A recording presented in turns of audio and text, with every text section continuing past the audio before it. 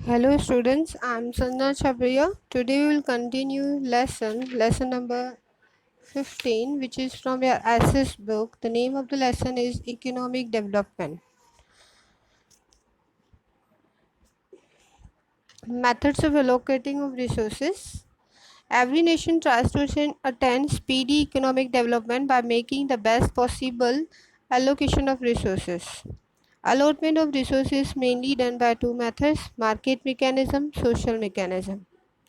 Both the systems are opposite to each other. By mingling both systems, many other methods have developed. Every country accepts one or the other method as per the requirement. Following is the explanation of the methods of allocation of resources. जैसे कि यहाँ पे हमें allocation of resources के लिए अलग अलग methods दिए हुए हैं. जैसे कि हर एक नेशन जो है एक स्पीडी डेवलपमेंट करना चाहता है, इसलिए सबसे best allocation of resources method को वो यूज़ करते हैं. एलोकेशन ऑफ रिसोर्सेज यानी अलॉटमेंट ऑफ रिसोर्सेज जो है वो दो मेथड से किए जाते हैं, that is market mechanism and social system. दोनों ही एक दूसरे के ऑपोजिट मेथड्स हैं, पर कुछ कंट्रीज जो है दोनों को मिंगल अप करके यानी दोनों को मर्ज करके मिला के एक नए सिस्टम को डेवलप करते हैं, और ऐसे बहुत सारे सिस्टम भी अवेलेबल हैं. हर एक कंट्री क्या करती है, एक या अदर मेथड यूज़ करती है अपनी रिक्वायरमेंट के हिसाब से. तो यहाँ पे उन मेथड्स को शो किया है कि एलोकेशन ऑफ रिसोर्सेज की जो मेथड्स होते हैं वो किस टाइप के होते हैं, जिसमें पहला है market system. Nations like America, Japan, etc. have made their economic development through market system.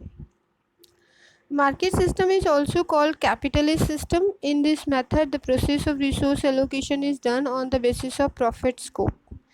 In this system, in production and its related activities, profit is at the center.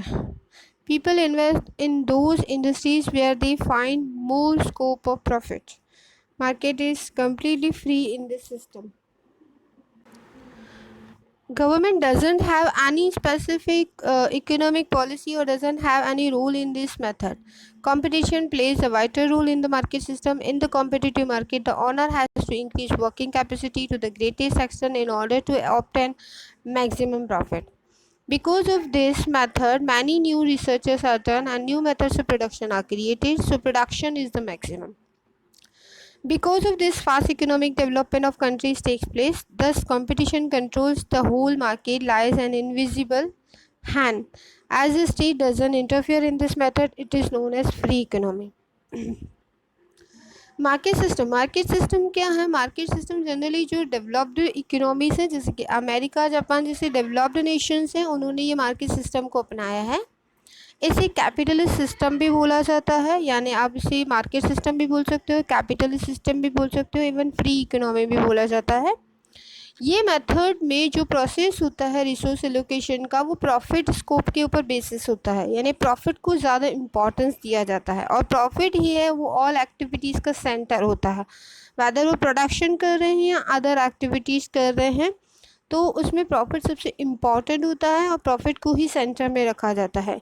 लोग जो है इंडस्ट्रीज़ में इन्वेस्टमेंट इसीलिए कर रहे हैं क्योंकि वो ज़्यादा उनका स्कोप होता है प्रॉफिट करने का. तो मार्केट जो है यहाँ पे इस सिस्टम में बिल्कुल कम्प्लीटली फ्री होता है. गवर्नमेंट का कोई रोल नहीं होता है. गवर्नमेंट उनकी इकोनॉमिक पॉलिसीज़ में कोई रोल इम्पॉर्टेंट प्ले नहीं करते हैं, और गवर्नमेंट का कोई भी इंटरफेरेंस नहीं होता है. सबसे इम्पॉर्टेंट मार्केट सिस्टम में क्या होता है, वहाँ पे कंपटीशन ज़्यादा हद तक होता है.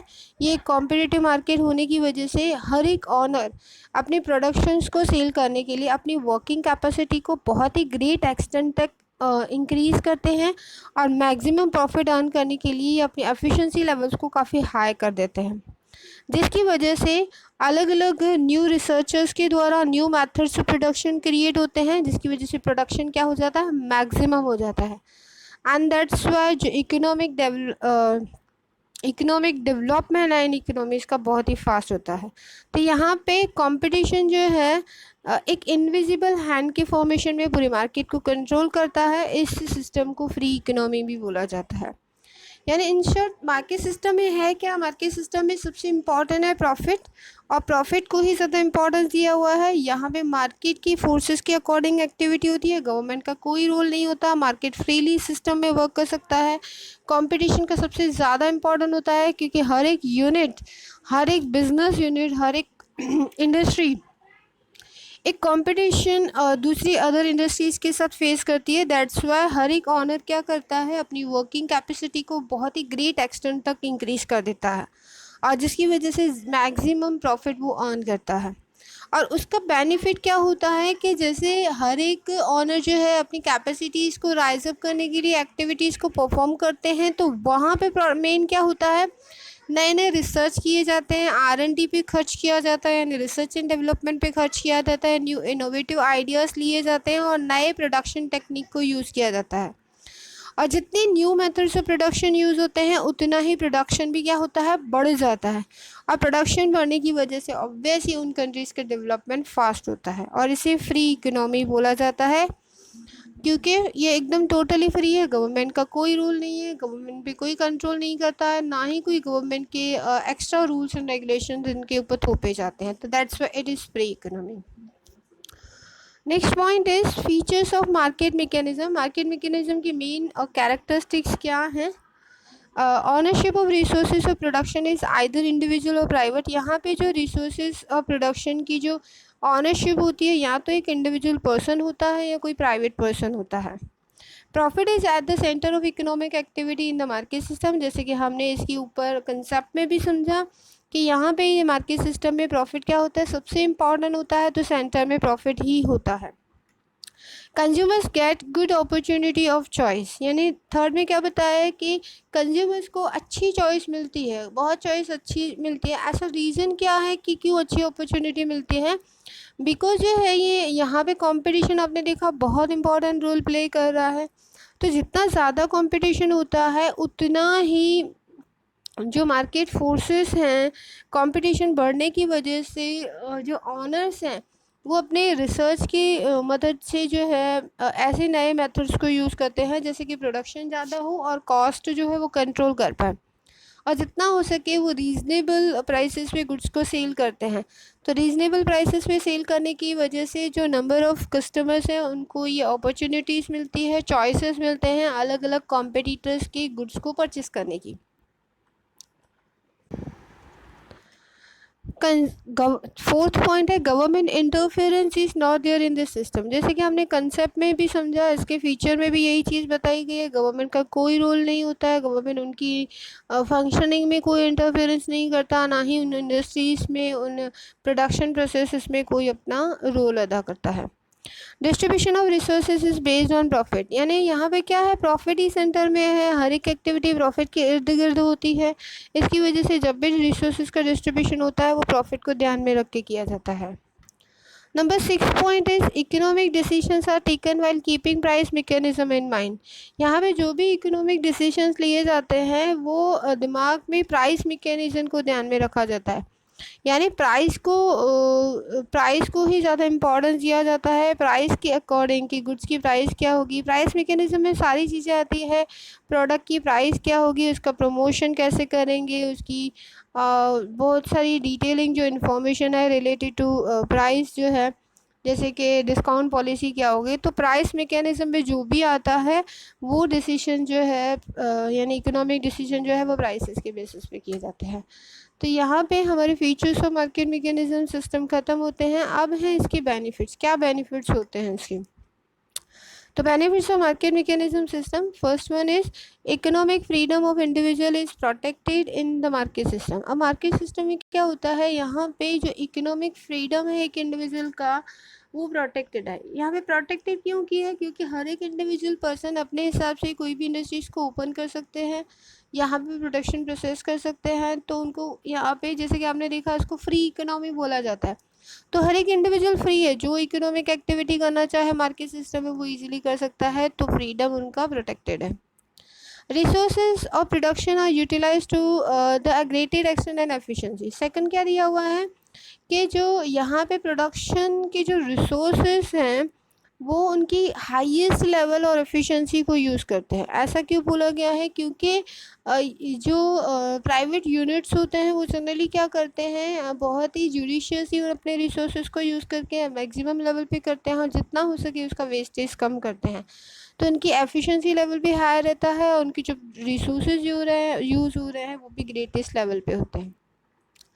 नंबर थर्ड है अबंडेंट प्रोडक्शन में बी डन। अभी मार्केट मैकेनिज्म का थर्ड बेनिफिट है कि इसमें प्रोडक्शन बहुत ही लार्ज लेवल पे होता है। लार्ज लेवल पे क्यों होता है?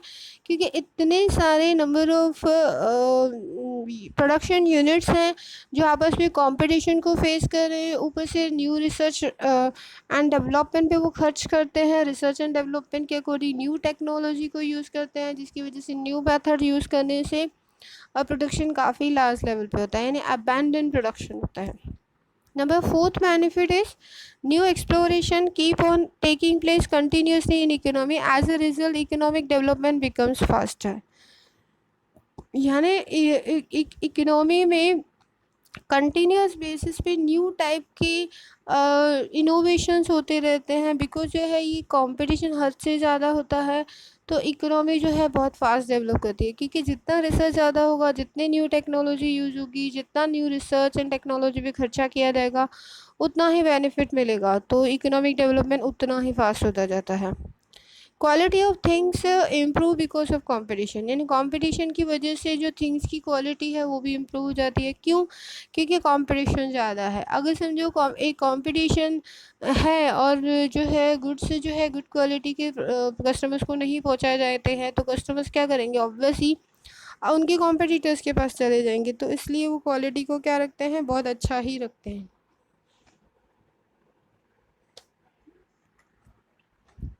देन है next limitations of market mechanism system. जैसे कि मार्केट मैकेनिज्म सिस्टम की लिमिटेशंस हमें दी हुई है। अब आपने देखा मार्केट सिस्टम में है क्या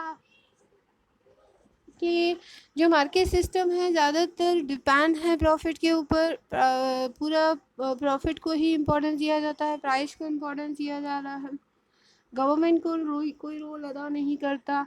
और यहाँ पे जो है प्रोडक्शन भी लार्ज है, कंपटीशन भी लार्ज लेवल पे है।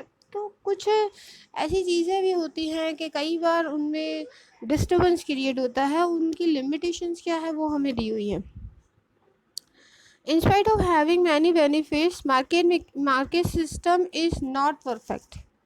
There are many disadvantages and limitations of it which are as follows. यानी इतने सारे हमने बेनिफिट देखे, उसके फीचर्स देखे कि फ्रीडम है, हम ग्रेटर लेवल तक की उनकी एफिशिएंसी लेवल को यूज़ कर सकते हैं, प्रोडक्शन भी लार्ज लेवल पे होते हैं, न्यू टाइप के एक्सप्लोरेशंस होते हैं यानी इन्वेस्टिगेशंस होते हैं, और क्वालिटी जो है चीज़ों की वो इम्प्रूव होती है। ये सारी चीज़ें हमने देखी, पर फिर भी उनमें कुछ लिमिटेशंस हैं, कुछ डिसएडवांटेजेस हैं जो हमें दिए हुए हैं। फर्स्ट लिमिटेशन क्या है? Because of keeping profit in the centre of production, commodities are produce in more quantity and production of luxuries commodities of basic requirement is neglected और रिड्यूस। अब देखो सबसे बड़ी लिमिटेशन ये है इसकी कि प्रॉफिट को जो ज़्यादा इम्पोर्टेंस दे रहे हैं। अभी ये यूनिट क्या करेंगे, ये यूनिट जो है ना ज़्यादा प्रॉफिट को सेंटर में रखेंगे, यानी वो ऐसी कॉमोडिटीज़ प्रोड्यूस करेंगे जिसमें ज़्यादा प्रॉफिट हो। तो प्रॉफिट ज़्यादा किस में होता है? जब लग्जरियस कॉमोडिटीज़, आरामदायक चीज़ें जो है जब बनाई जाती हैं, लग्जरियस प्रोडक्ट्स बनाए जाते हैं, तो उन प्रोडक्शन में जो है उनको ज़्यादा प्रॉफिट होता है। तो ये यूनिट्स क्या करते हैं? बेसिक रिक्वायरमेंट जो चीज़ें हैं उनको निगलेक्ट कर देते हैं, अवॉइड कर देते हैं, और उनका प्रोडक्शन नहीं करते हैं। प्रोडक्शन किसका करते हैं? लग्जरीज कमोडिटीज़ का करते हैं। तो वहाँ पे बहुत बड़ा नुकसान होता है, लग्जरीज प्रोडक्ट प्रोड्यूस ही नहीं होते, और रिक्वायर्ड प्रोडक्ट जो है वो यूज़ ही नहीं होते, जो बेसिक रिक्वायरमेंट वाले प्रोडक्ट्स हैं। और उसके कंपैरिजन में लग्जरीज प्रोडक्ट्स की जो प्रोडक्शन है वो हद से ज़्यादा बढ़ जाती है, तो यहाँ पे प्रॉब्लम आता है। सेकेंड है because of lack of policy related to the role of state, natural resources are wastage. यानी कई बार क्या होता है कि यहाँ पे जो पॉलिसी मेकिंग प्रोसेस होता है उसमें कमी होती है, यानी स्टेट लेवल पे या किसी अदर लेवल पे, तो वो रोल अदा नहीं कर पाते। दैट्स वाई जो है नेचुरल रिसोर्सेज कई बार वेस्ट हो जाते हैं। अब जैसे बोले कि जो यूनिट है, पर्टिकुलर फैक्ट्री यूनिट है या प्रोडक्शन प्रोसेस है जहाँ पे हो रहा है, उसमें आपने देखा होगा कि जो आगे दिया हुआ था इस मार्केट मैकेनिज्म कंसेप्ट में कि गवर्नमेंट का कोई रोल नहीं होता, तो यहाँ पे स्टेट गवर्नमेंट या कोई अनदर गवर्नमेंट कोई अपना रोल नहीं निभाती, तो वो अपनी पॉलिसीज जो उसमें काफ़ी सारे वो अपने हिसाब से चेंजेस करते हैं, क्योंकि यहाँ पे इंडिविजुअल एक प्राइवेट पर्सन है जो फंक्शन कर रहा है, तो वो नेचुरल रिसोर्सेज का वेस्ट करता जाता है क्योंकि वो जुडिशियसली उनको यूज़ नहीं करता है। तो दैट्स वाई क्या होता है, रिसोर्सेज वेस्ट हो जाता है। Due to lack of knowledge and ignorance about the market, consumers are exploited. कई बार इसका उल्टा कंज्यूमर्स पे भी इफ़ेक्ट होता है, जैसे कि मार्केट के बारे में प्रॉपर नॉलेज ना हो, इग्नोरेंट हो हम लोग, तो कंज्यूमर जो है मार्केट मैकेनिज्म सिस्टम में एक्सप्लॉइट भी हो जाते हैं, उनके साथ चीटिंग की जाती है, क्योंकि market mechanism system totally profit के ऊपर डिपेंडेंट है, ये सिर्फ प्रॉफिट के बेसिस पे ही काम करते हैं। दैट्स वाई जो है यहाँ पे क्या होता है, ज़्यादातर एक्सप्लॉइटेशन देखा जाता है। नेक्स्ट है, due to centralisation of property and income there is increase in disparity of income. यानी यहाँ पे क्या है, प्रॉपर्टी को ज़्यादा सेंट्रलाइज रखा जा रहा है, यानी मेन सेंटर में रखा जाता है प्रॉपर्टी को, इनकम को, जिसकी वजह से इनकम की डिस्पैरिटी देखने को मिलती है, उसमें इंक्रीमेंट आता है, यानी अनइक्वल डिस्ट्रीब्यूशन ऑफ इनकम देखने को मिलता है, क्योंकि इनकम को ही यहाँ पे ज़्यादा इन्होंने इम्पोर्टेंस दिया है कि इनकम है, प्रॉफिट है, वही इम्पोर्टेंस है, उसको ही सेंटर में रखा हुआ है। सेंट्रलाइजेशन पावर जैसे होता है ना, वैसा रखा हुआ है। Next point is there is a fear of monopoly, economic instability, exploitation of labour etcetera. यानी मार्केट मैकेनिज्म सिस्टम की वजह से क्या होता है कि मोनोपोली यानी सिंगल सेलर हो जहाँ पे, यानी यहाँ पे सेलर एक ही, कई बार ऐसा डर होता है कि एक ही सिंगल सेलर हो जाता है और बहुत सारे यूज़र्स होते हैं उस प्रोडक्ट को परचेज़ करने वाले बहुत सारे होते हैं, तो उसे मोनोपोली का डर हो जाता है मार्केट मैकेनिज्म सिस्टम में। दूसरा, इकोनॉमिक इंस्टेबिलिटी, यानी इकोनॉमी जो है हमारी डिस्टर्ब हो जाती है, जिसमें स्टेबिलिटी नहीं रहती। थर्ड है एक्सप्लॉयटेशन ऑफ लेबर, कई बार लेबरर्स का भी एक्सप्लॉयटेशन इस सिस्टम में काफ़ी हद तक देखा जाता है। तो यहाँ पे हमारा मार्केट सिस्टम कंप्लीट हुआ, पर मैं अगेन चाहूँगी ये इम्पॉर्टेंट है, तो हम थोड़ा सा इसका व्यू देख लेते हैं कि what is market system. Market system है क्या? मार्केट सिस्टम यानी ऐसा मार्केट मैकेनिज्म सिस्टम जिसमें जो एलोकेशन ऑफ रिसोर्सेज किया जा रहा है वो प्रॉफिट की बेसिस पे किया जाता है, प्रॉफिट को ही सेंटर में रखा जाता है। लोग जो है इन इंडस्ट्रीज़ में प्रॉफिट के लिए ही इन्वेस्टमेंट करते हैं, पर गवर्नमेंट का कोई रोल नहीं कर होता, पर कंपटीशन सबसे इम्पॉर्टेंट रोल प्ले करता है इस मार्केट सिस्टम में। ऑनर्स जो है अपनी वर्किंग कैपेसिटीज़ को बहुत ही हद तक बढ़ा देते हैं, क्योंकि उनको प्रॉफिट ज़्यादा से ज़्यादा चाहिए होता है, और वो ज़्यादा प्रॉफिट अर्न करने के लिए नए मेथड ऑफ प्रोडक्शन को यूज़ करते हैं, और नए मेथड ऑफ प्रोडक्शन यूज़ होने की वजह से प्रोडक्शन भी लार्ज लेवल पे होता है, और प्रोडक्शन ज़्यादा होने की वजह से ऑब्वियसली इन यूनिट्स का डेवलपमेंट होता है, एंड स्पीडी इकोनॉमिक डेवलपमेंट एक कंट्री का हो पाता है। यहाँ पे कोई भी इंटरफेरेंस नहीं करता है, इसलिए इसको फ्री इकोनॉमी भी बोला जाता है, क्योंकि स्टेट कोई रोल प्ले नहीं करता है, यानी गवर्नमेंट का कोई रोल नहीं होता, that's why it is a free economy. अब उसके फीचर्स हमें दिए गए थे कि मार्केट मैकेनिज्म के फीचर्स क्या हैं। आपने देखा कि एक इंडिविजुअल या प्राइवेट पर्सन जो है इसका ऑनर होता है। सेकंड जो है प्रॉफिट सबसे सेंटर में रखा गया है। थर्ड जो है कंज्यूमर्स को एक अच्छी अपॉर्चुनिटी मिलती है, क्योंकि अलग अलग कंपटीशन लेवल ज़्यादा होने की वजह से जो है कंपटीशन में टिके रहने के लिए जो ऑनर जो है ज़्यादा हाई क्वालिटी के गुड से बहुत ही लो प्राइसेस पे इनको प्रोवाइड करते हैं, तो कंज्यूमर्स को अपॉर्चुनिटीज़ मिलती हैं। गवर्नमेंट का कोई रोल नहीं होता, कोई इंटरफेरेंस नहीं होता, प्रॉफिट को ही सबसे ज़्यादा इंपॉर्टेंस दिया हुआ है, और डिसीजन मेकिंग प्राइसेस के बेसिस पे होते हैं। ये है इसके फीचर्स मार्केट मैकेनिज्म सिस्टम के। इसके बेनिफिट क्या मिलते हैं इन फीचर्स की वजह से, कि हर एक इंडिविजुअल जो है फ्री है, इस मार्केट सिस्टम के अकॉर्डिंग उनका फ्रीडम जो है प्रोटेक्टेड है। जो रिसोर्सेज यूज़ किए जा रहे हैं प्रोडक्शन लेवल पे वो काफ़ी ग्रेटेस्ट लेवल पे और अपनी एफिशिएंसी लेवल को हाई करके जो है यूज़ कर रहे हैं। यहाँ पे प्रोडक्शन काफ़ी हद तक ज़्यादा होता है क्योंकि न्यू मेथड्स के साथ उनका प्रोडक्शन किया जाता है, न्यू टेक्नोलॉजी को यूज़ किया जाता है और न्यू टाइप की इन्वेस्टिगेशन जो है करना पॉसिबल है because of market mechanism system. और यहाँ पे क्वालिटी भी बिकॉज ऑफ कंपटीशन हाई होती है। तो ये हमने इसके बेनिफिट भी एक बार रिवाइज कर लिए। अब इसकी लिमिटेशन, जैसे मैंने बताया हर एक चीज़ के अगर एडवांटेजेस होते हैं तो उनकी कुछ लिमिटेशंस भी होते हैं, तो इसके भी हैं।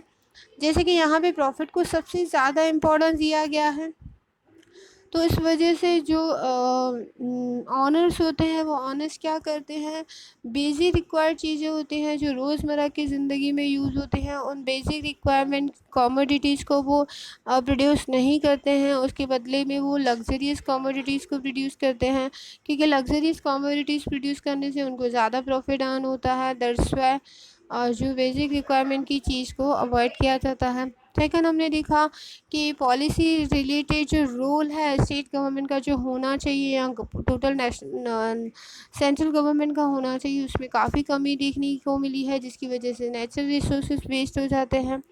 कई बार कंज्यूमर जो है market forces, market mechanism system के मेथड को नहीं जानते हैं, उनमें नॉलेज की कमी होती है, जिसकी वजह से कंज्यूमर्स को चीट किया जाता है। यहाँ पे प्रॉपर्टी और इनकम को ही ज़्यादा इम्पोर्टेंस दिया हुआ है, जिसकी वजह से इनकम में कई बार डिस्पैरिटी यानी डिफरेंसेस देखे गए हैं। और बिकॉज ऑफ दिस सिस्टम जो है monopoly, economic instability, exploitation of labour जैसी बहुत ही चीज़ों का फेयर यानी डर जो है रहता है। तो यहाँ पे हमने देखा मार्केट मैकेनिज्म सिस्टम कैसा होता है। अब आते हैं हम सोशलिस्ट सिस्टम, ये इसके बिल्कुल उल्टा है, बिल्कुल उल्टा देख लेते हैं। Socialist system originated because of the limitations and failure of market system. Countries like Russia and China have achieved fast economic progress by adopting this system. Socialist system is quite opposite to the market system. In the socialist system, all the economic decisions are taken by the state machinery. State owns all the resources of production. In this system, whole economy is managed by the state. All the decisions pertaining to production, investment, resource distribution, production distribution, etc. are taken after keeping the requirement of the society in the mind. In the socialist system, rather than profit, social welfare is at the center. Production of resources and their prices are decided by the state. The responsibility to achieve the target of production decided by the state government factories. Farming is also owned by the state. Labor are paid according to their ability and accordingly work is taken from them. अब socialist system है क्या, ध्यान देते हैं socialist system में। जैसे कि मैंने बताया socialist system market mechanism system के बिल्कुल अपोजिट होते हैं।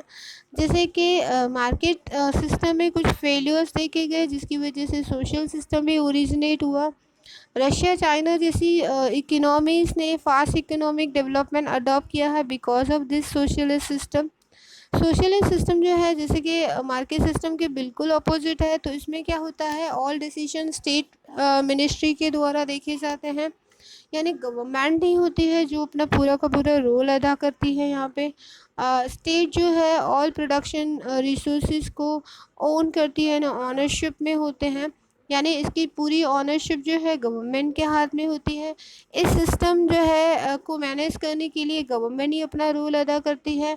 सारे डिसीजन जो भी रिलेटेड टू प्रोडक्शन हो, इन्वेस्टमेंट हो, रिसोर्स डिस्ट्रीब्यूशन हो, प्रोडक्शन डिस्ट्रीब्यूशन हो, ये ऑल डिसीजन जो है माइंड में रखे जाते हैं अकॉर्डिंग टू गवर्नमेंट, यानी गवर्नमेंट ही सारे डिसीजंस को लेती है। सारे डिसीजन जो किसी भी लेवल के हों वो सोसाइटी को ध्यान में रख के किए जाते हैं, क्योंकि समाज को ये ज़्यादा इम्पोर्टेंस देते हैं, सोसाइटी को ज़्यादा इम्पोर्टेंस देते हैं, सोसाइटी की रिक्वायरमेंट्स को ज़्यादा इम्पोर्टेंस देते हैं। यानी यहाँ पे सोशलिस्ट सिस्टम क्या है, ये लोगों के लिए वेलफेयर के लिए काम कर रहा है, ना कि प्रॉफिट अर्न करने के लिए। तो सोशल सिस्टम जो है profit is not important, welfare यहाँ पे सेंटर में रखा गया है, जैसे कि मैंने पहले भी बताया। और रिसोर्सेज का जो प्रोडक्शन है वो पूरा स्टेट लेवल के अकॉर्डिंग किया जाता है। यानी स्टेट क्या करती है, स्टेट गवर्नमेंट क्या करती है, जो प्राइजेस हैं या प्रोडक्शन की जो रिसोर्सेज हैं वो इन्हीं के द्वारा डिसाइड किए जाते हैं। तो यानी सोशल सिस्टम में यानी एक्चुअल में क्या है कि जो प्राइसेस भी हैं जैसे मैंने बताया स्टेट के द्वारा ही डिसाइड होते हैं, जो ऑल रिस्पॉन्सिबिलिटीज़ होती है वो भी स्टेट गवर्नमेंट की होती है, जो टारगेट फिक्स किए जाते हैं प्रोडक्शन के लिए वो भी स्टेट गवर्नमेंट ही देखती है। फार्मिंग भी जो है यहाँ पे स्टेट गवर्नमेंट के द्वारा जो है मैनेज की जाती है। लेबर्स को जो है उनकी एबिलिटी उनके वर्क के अकॉर्डिंग पे किया जाता है। तो आपने देखा सोशलिस्ट सिस्टम, अगेन हम एक बार देख लेते हैं सोशलिस्ट सिस्टम जो है वो है क्या और इसमें किस तरीके से फंक्शन होता है। जैसे कि सोशलिस्ट सिस्टम जो है ओरिजिनेशन उसका इसीलिए हुआ क्योंकि मार्केट मैकेनिज़्म में काफ़ी फेलियर थे। रशिया और चाइना जैसे ऐसी कंट्रीज़ हैं जिन्होंने इकोनॉमिक प्रोग्रेस जो है वो इस सोशलिस्ट सिस्टम के बेसिस पे किया है, उन्होंने यही सिस्टम अपनाया था। सोशल सिस्टम जो है बिल्कुल मार्केट सिस्टम के अपोजिट है। जैसे कि ऑल डिसीजन जो है स्टेट मिनिस्ट्री के द्वारा लिए जाते हैं। स्टेट गवर्नमेंट जो है प्रोडक्शन रिसोर्सेज की ऑनरशिप भी स्टेट गवर्नमेंट की होती है। स्टेट गवर्नमेंट ही पूरी इकोनॉमी को मैनेज करती है। ऑल डिसीजन जो है प्रोडक्शन, इन्वेस्टमेंट, रिसोर्स डिस्ट्रीब्यूशन या प्रोडक्शन डिस्ट्रीब्यूशन रिलेटेड डिसीजन जो है सोसाइटी को ध्यान में रख के किए जाते हैं, क्योंकि यहाँ पे सोशलिस्ट सिस्टम में प्रॉफिट को इम्पोर्टेंस नहीं दिया जाता है बल्कि सोशल वेलफेयर को ज़्यादा इम्पोर्टेंस दिया जाता है, क्योंकि सोशल वेलफेयर के लिए ही ये एक्टिविटीज़ परफॉर्म कर रहे हैं। जो प्रोडक्शन का जो रिसोर्सेस हैं जो उनकी जो प्राइसेस हैं वो स्टेट गवर्नमेंट के द्वारा डिसाइड की जाती है और उनको जो अचीव करने की जो रिस्पॉन्सिबिलिटी होती है वो भी स्टेट गवर्नमेंट की होती है और स्टेट गवर्नमेंट ही सारे फंक्शंस करती है। देन जो है उसके कुछ फीचर्स दिए हुए हैं।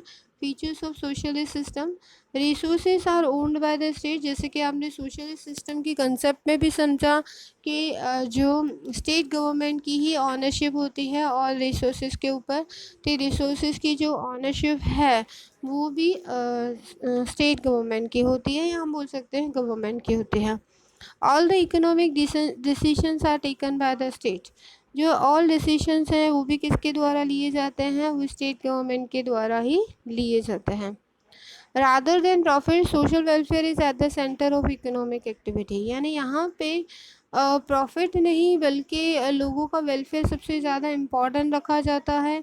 Labourers are paid wages in return of their work, और वर्क के अकॉर्डिंग जो है लेबरर्स को पेमेंट किया जाता है। तो अगेन मैं एक बार हम सोशलिस्ट सिस्टम को रिपीट कर लेते हैं। सोशल सिस्टम है क्या? सोशल सिस्टम यानी एक ऐसा सिस्टम जिसमें होल एंड सोल जो ऑनरशिप है वो गवर्नमेंट की होती है, पूरा मैनेजमेंट स्टेट गवर्नमेंट करती है, ऑल डिसीजन जो है सोसाइटी को ध्यान में रख के किए जाते हैं। यहाँ पे प्रॉफिट का कोई इंपॉर्टेंस नहीं है बल्कि सोशल वेलफेयर ही सेंटर में होता है। जो ऑल प्रोडक्शन रिसोर्सेज की जो प्राइसेस है वो भी स्टेट गवर्नमेंट डिसाइड करती है और पूरी रिस्पॉन्सिबिलिटी स्टेट गवर्नमेंट की होती है, और जो वर्कर्स हैं उनको पेमेंट जो है उनकी एबिलिटी के अकॉर्डिंग किया जाता है। एंड देन उसके सोशलिस्ट सिस्टम के फीचर्स दिए हुए हैं कि स्टेट गवर्नमेंट ही उसकी ऑनर होती है। सेकंड क्या दिया हुआ है कि जो ऑल डिसीशंस हैं वो स्टेट गवर्नमेंट के द्वारा लिए जाते हैं। थर्ड फीचर क्या है, प्रॉफिट इम्पॉर्टेंट नहीं है बल्कि सोशल वेलफेयर जो है वो सेंटर में रखा गया है। एंड फोर्थ क्या है, लेबर जो है उनको पेमेंट जो है उनके वर्क के अकॉर्डिंग किया जाता है। तो यहाँ पे हम अपने वीडियो को यहीं तक पेंडिंग रखते हैं, बाकी का नेक्स्ट वीडियो में समझेंगे। Thank you for watching this video.